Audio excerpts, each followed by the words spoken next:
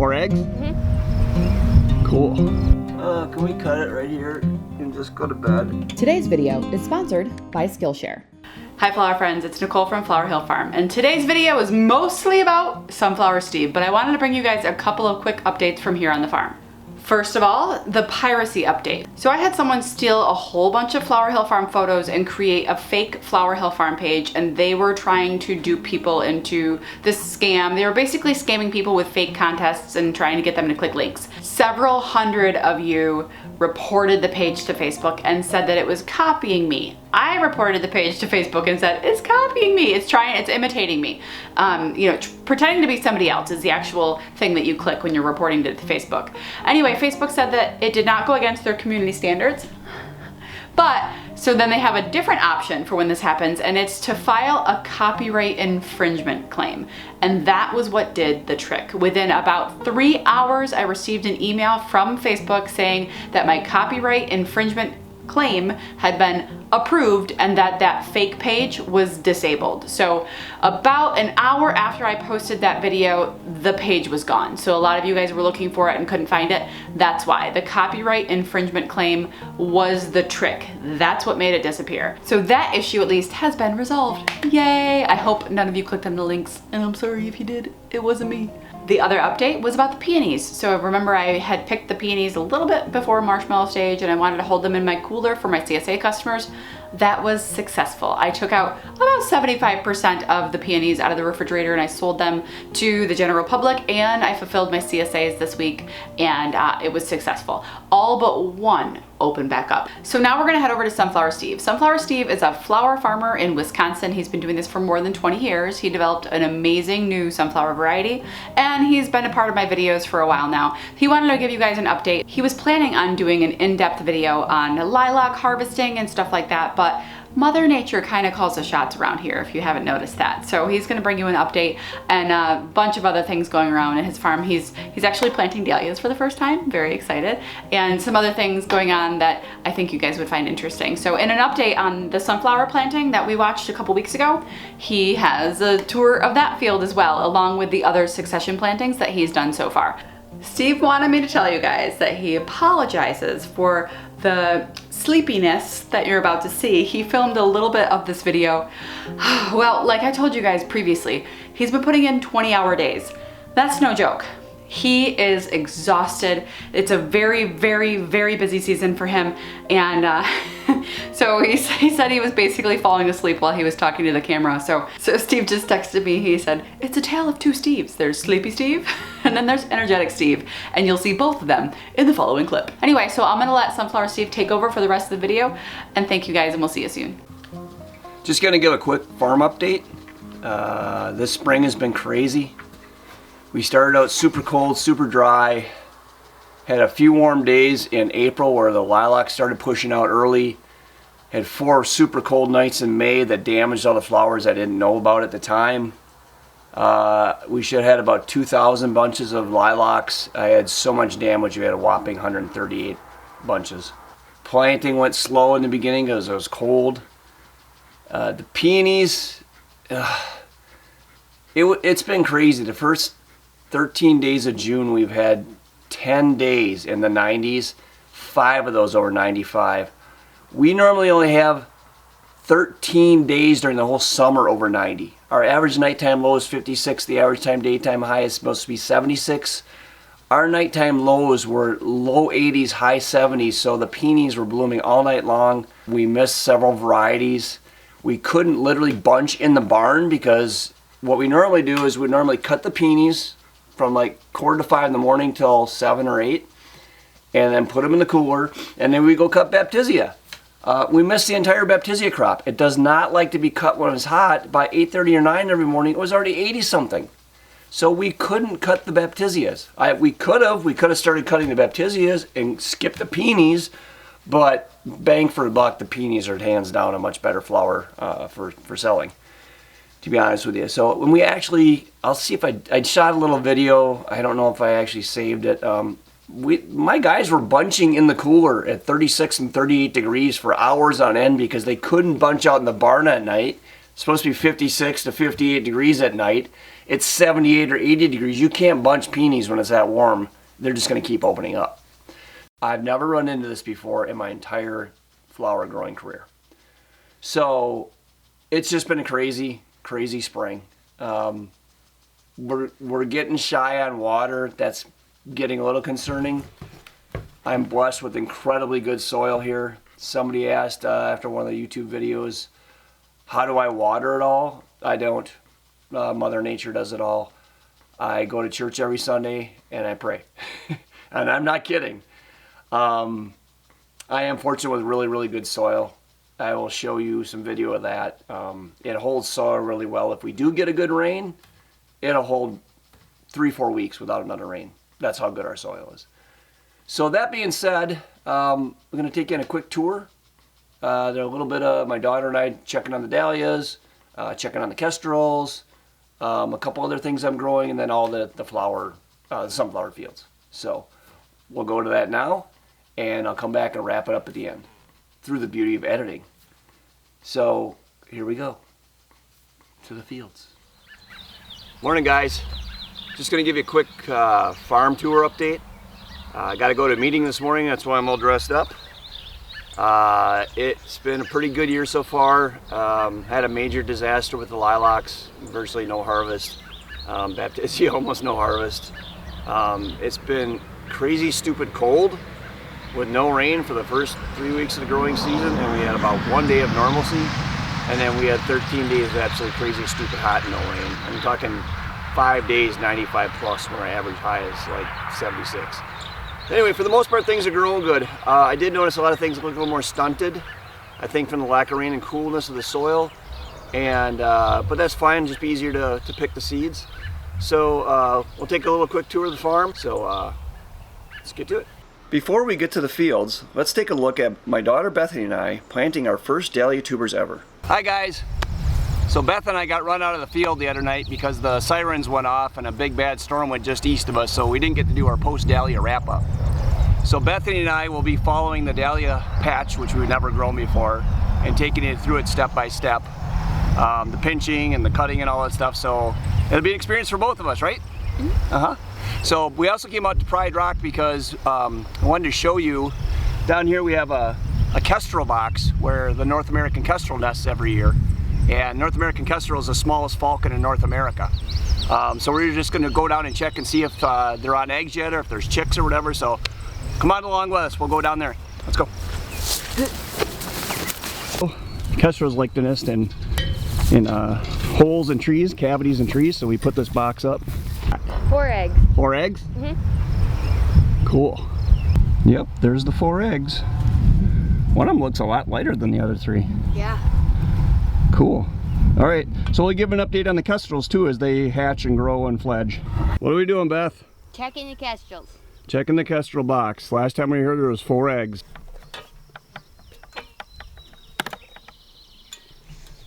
Aww, What do you got? cute. 4 of them. 4 babies? Mm-hmm. They're so fluffy. Boys or girls?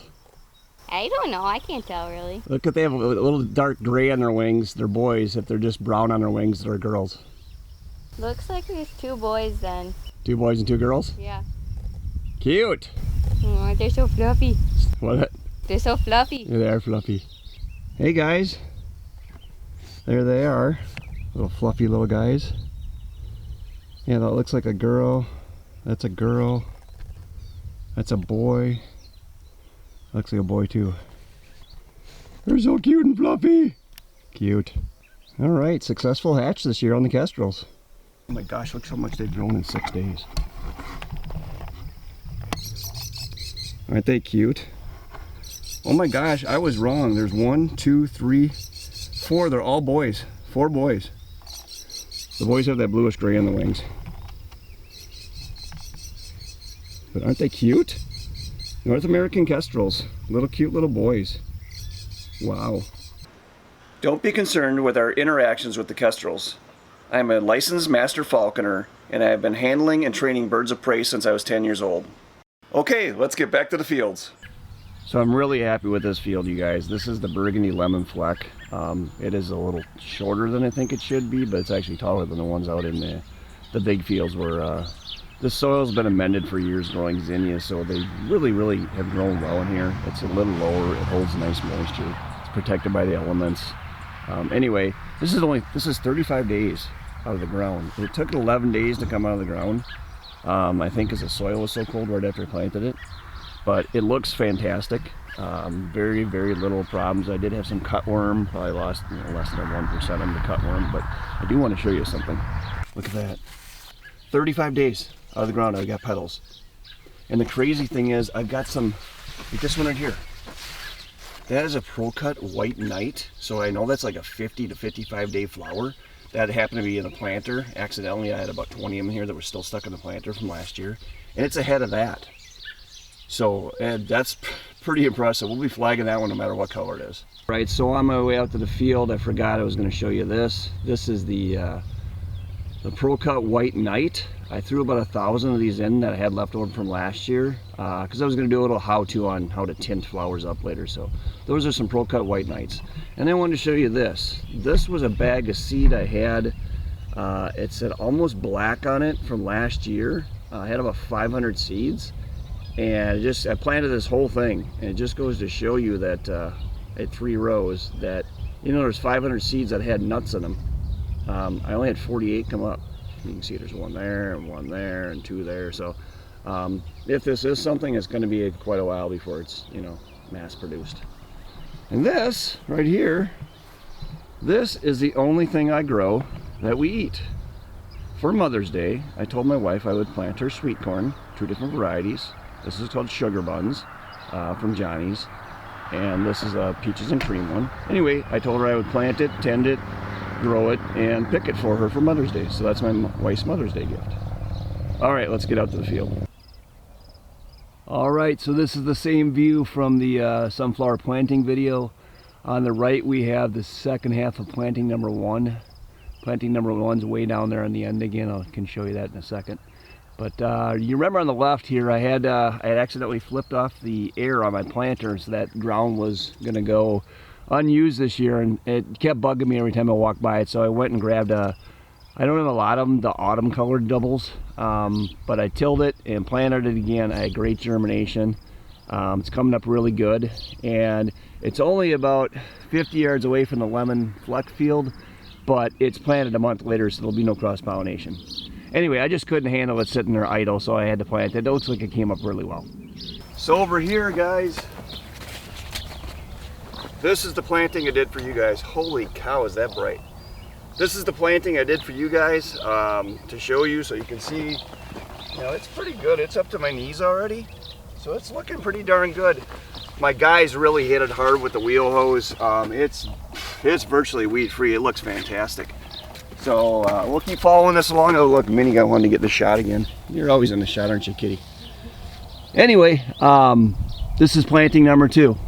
All right, I thought this would be more effective. We'll do a quick panel of what everything looks like. There's planting number 1 next to the autumns. There is number 2 that I did for you guys. Number 3, number 4, and number 5. There's a bad spot right here in number 4, but it's fine. They all did come up, and they'll all be coming up at the same time, so they won't be competing with each other. I'll show you over planting number 1 what I mean when the planter comes out of the ground and you get them at different heights in the same part of the field. So it'll still be good. It'll all still be good there.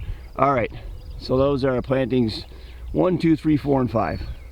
So that's what it would look like if we didn't wheel hoe.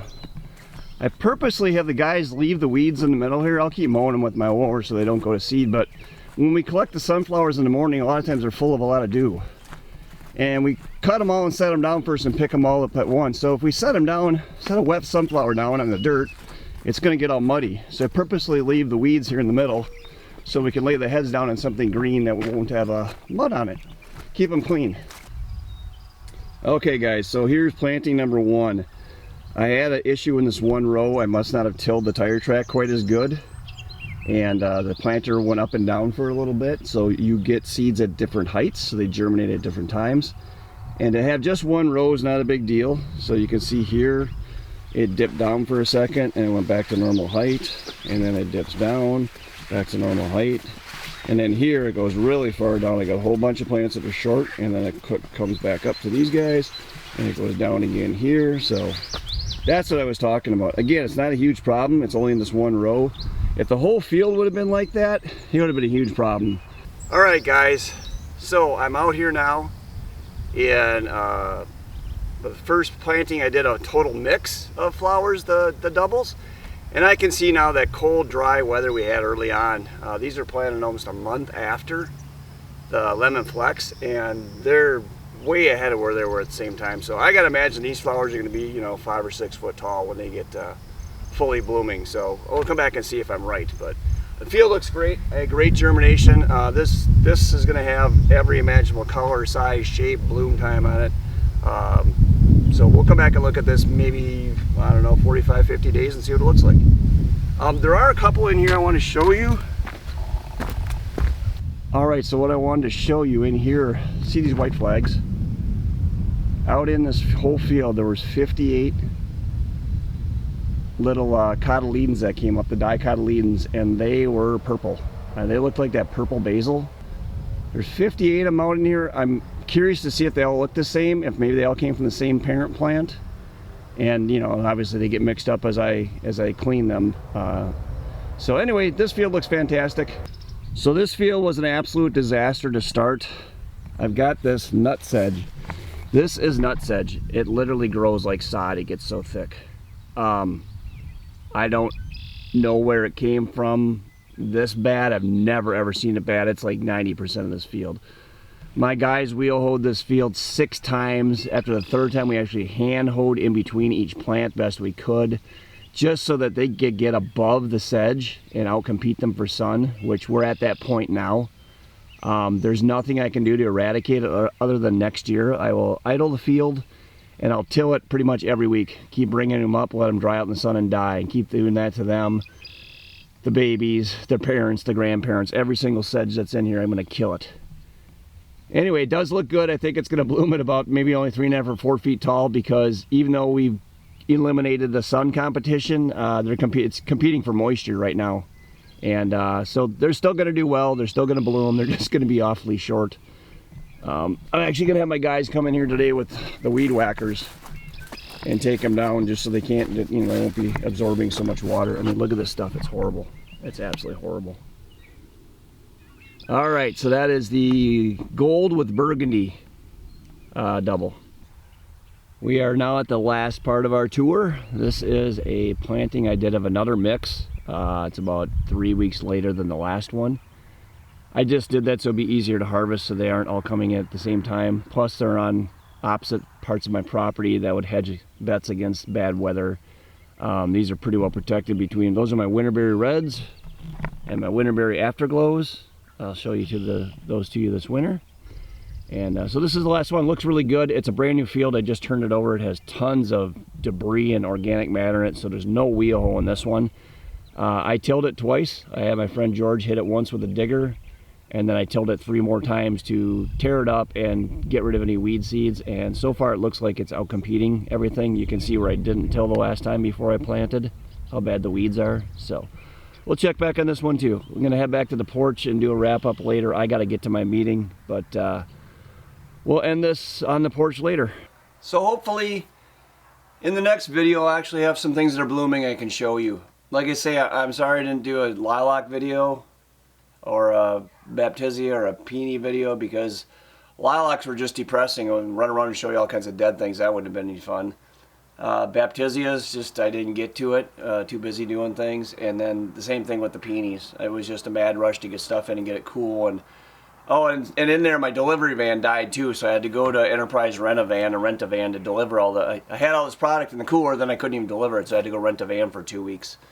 So anyway, things are going pretty good. As soon as stuff's blooming, I'll either shoot a video or send some pictures to Nick, and she can send them out to you guys on Instagram or something. But again, thanks for watching, guys. Hope everybody's having a great growing season. I know this heat has been countrywide. I hope everybody's dodging it, at least can irrigate things and keep things alive. But thanks for listening, guys. Have a blessed day. And I guess we'll start, that'll be my end out. I'll start, somebody really liked when I said Steve out. So Steve out. Good night, everybody.